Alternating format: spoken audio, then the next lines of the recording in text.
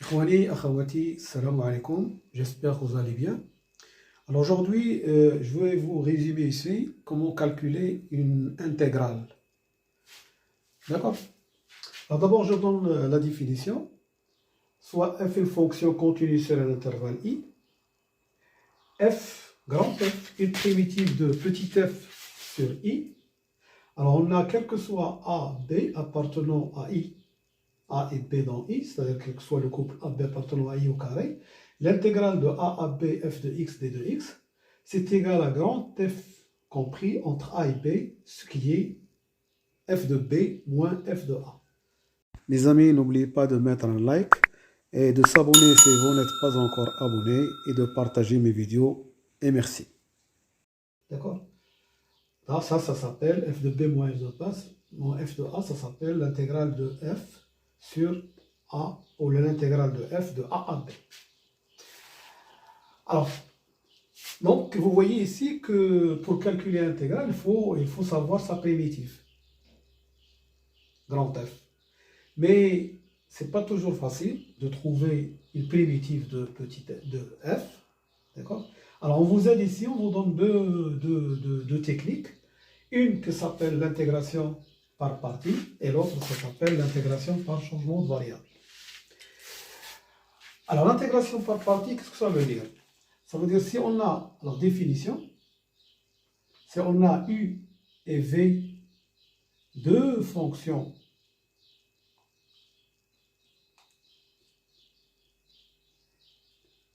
dérivables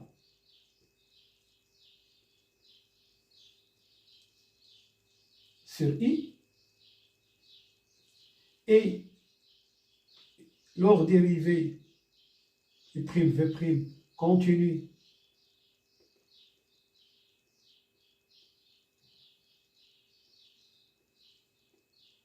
sur i.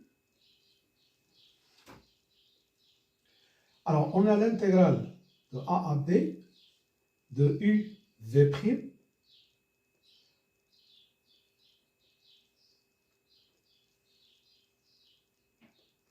d de x, c'est égal à u de x, v de x, entre a et b, moins l'intégrale de a à b de u' x, v de x, d de x.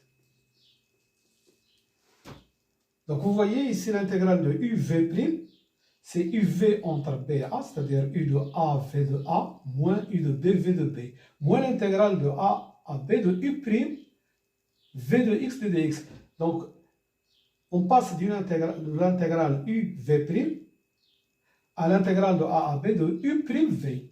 Donc si on ne peut pas calculer celle-là, on peut passer à l'autre, si c'est calculable. D'accord?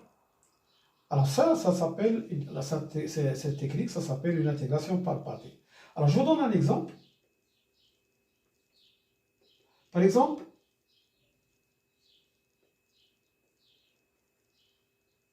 je veux calculer cette intégrale. D'accord? L'intégrale de 0 à 1, x exponentielle x d de x. Alors, remarquez ici, si je prends u, c'est x, et si je prends v', c'est e de x, lorsque je passe au deuxième membre ici, u', ça va être 1. Donc ce x, ça va disparaître. Qu'est-ce qui va me rester? V de x exponentielle. Donc je vais avoir une intégrale qui contient que exponentielle de x. Donc, qu'est-ce que je vais faire? Je pose u de x égale x, et v' de x égale à exponentielle x. Donc, je vais avoir ici uv, donc x exponentielle x, entre 0 et 1, moins l'intégrale de 0 à 1, u'v. U' c'est 1, d'accord? U' de x, c'est 1, et v de x, c'est exponentielle x. Pourquoi? Parce que la dérivée de v de x, c'est de exponentielle x, c'est exponentielle x. Donc, je vais avoir ici exponentielle x d de x. Et maintenant, le calcul de i devient facile. Je calcule ça en 1, ça me donne e. En 0, ça me donne 0. Donc, d'accord? C'est 1E1, c'est E, moins 0. Moins l'intégrale de 0 à 1 de E de x, il suffit de savoir une primitive de EX. Une primitive de EX, c'est EX. Entre 0 et 1. Ce qui me donne E moins E en 1, ça fait E, moins E en 0, X en 0, ça fait moins 1. Ce qui donne 1. Donc, cette intégrale est égale à 1. Donc, vous voyez ici l'intérêt de cette propriété d'intégration par partie. Alors, je vous donne la définition de l'intégration par changement de variable. F et G, deux fonctions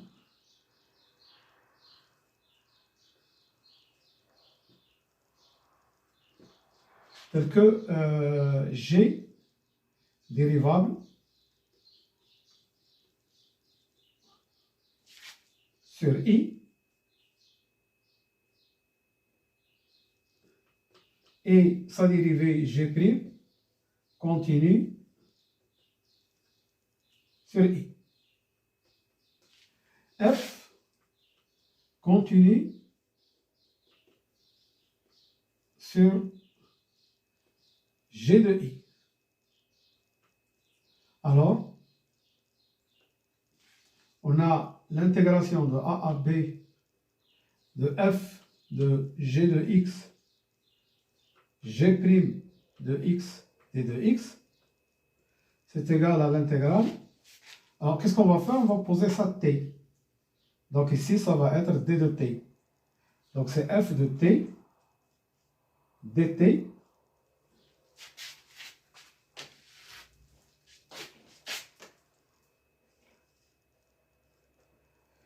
ici, on va avoir G de A, G de B. Voilà. Donc on a changé la variable. Hein? Au lieu de X, on va poser G de X, c'est T. Donc ça, c'est dt. Et ici, les bornes changent en G de A et en G de B.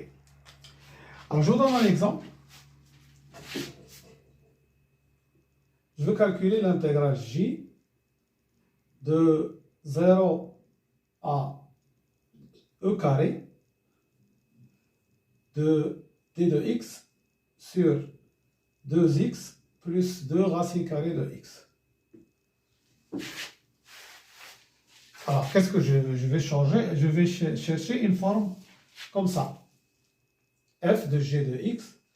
Alors, si je factorise par 2 racines de x en bas, je vais avoir l'intégrale de 0 à e carré d de x sur racine carrée de x plus 1. Et ici, je vais avoir 1 sur 2 racine carrée de x. Alors donc, vous voyez que ça, c'est la dérivée de racine carrée de x. Donc, changement de variable, g, c'est ça, c'est racine carrée de x. Donc, je vais poser racine carrée de x égale à t, par exemple. Je vais avoir ici t plus 1 en posant t égale racine carrée de x. dt, c'est la dérivée de racine carrée de x par rapport à x. Donc, ça fait 1 sur 2 racine carrée de x et de x.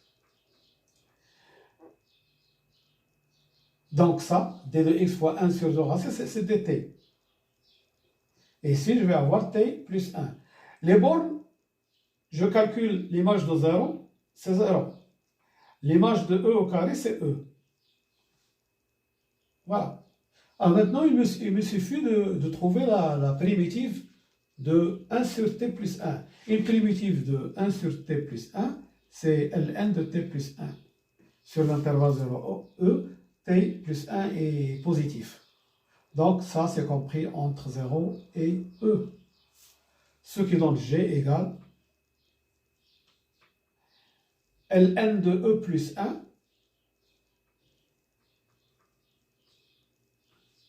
en 0, c'est ln de 1, c'est 0. Donc, voilà.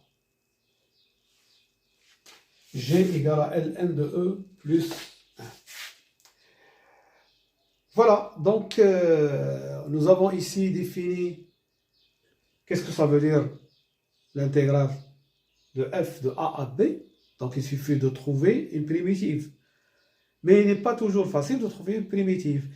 Alors on vous aide ici, on vous donne deux techniques qui sont essentielles. C'est la technique du changement de variable et la technique de l'intégration par partie. Et on va voir encore d'autres techniques, d'accord? Ça dépend de la fonction, comment on va la traiter. Voilà. Je vous remercie de votre attention et à bientôt pour une autre vidéo, Inch'Allah. Salam.